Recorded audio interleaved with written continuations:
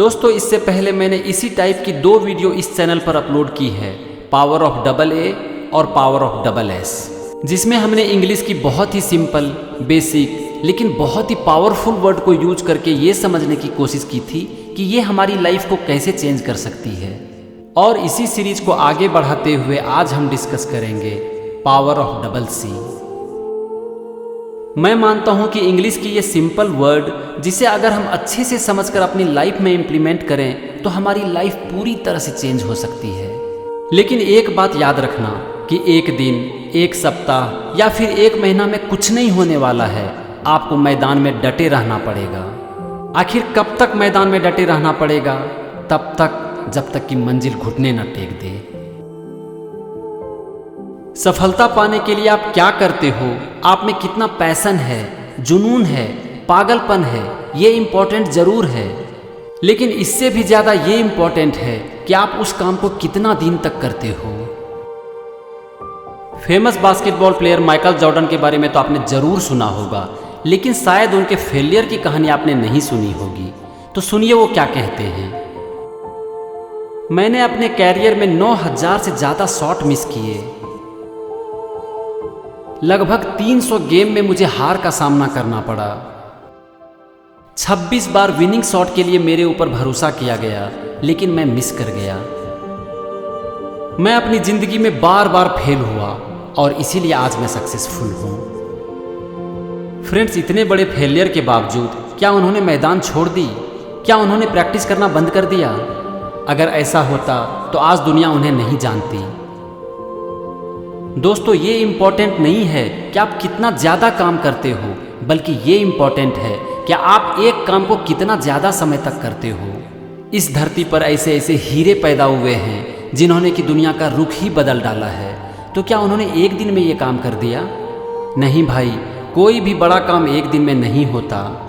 अगर ये होता है तो एक काम को लगातार करने में। कब तक ये कोई नहीं बता सकता, बस आपको डटे रहना है।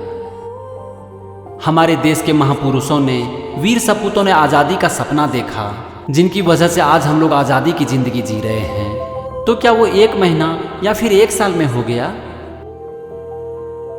हमारे देश के महापुरुष जब आज़ादी के सपने को पूरा करने के लिए आगे बढ़े, स्वतंत्रता का आंदोलन चलाया, तो क्या उनके रास्ते में कोई प्रॉब्लम नहीं आई?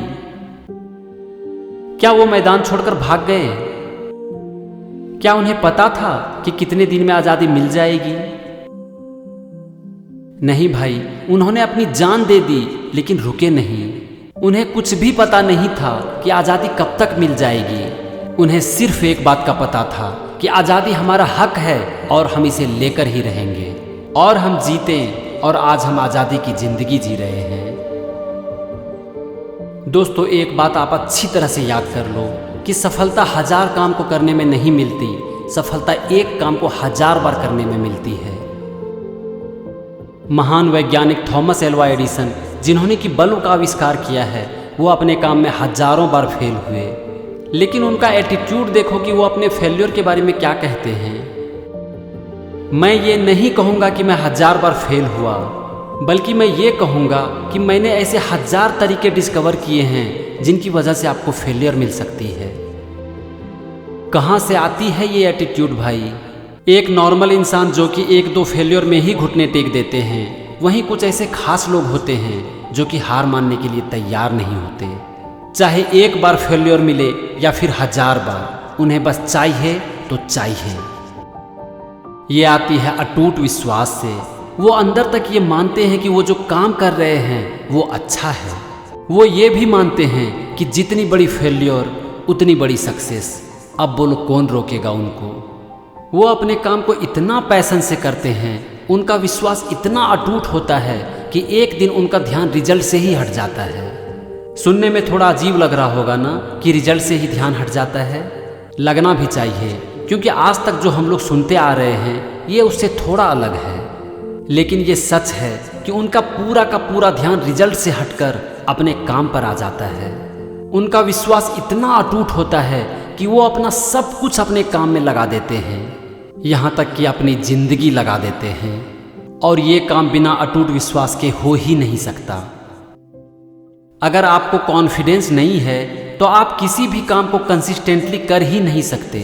और जब तक आप किसी भी काम को कंसिस्टेंटली नहीं करोगे, आपको कॉन्फिडेंस आ ही नहीं सकता।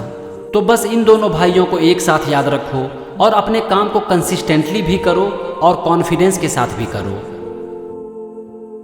अरे ये सब तो ठीक है, लेकिन हम किस भाई की बात कर रहे हैं? Consistency and confidence, power of double C. Thank you and wish you all the best.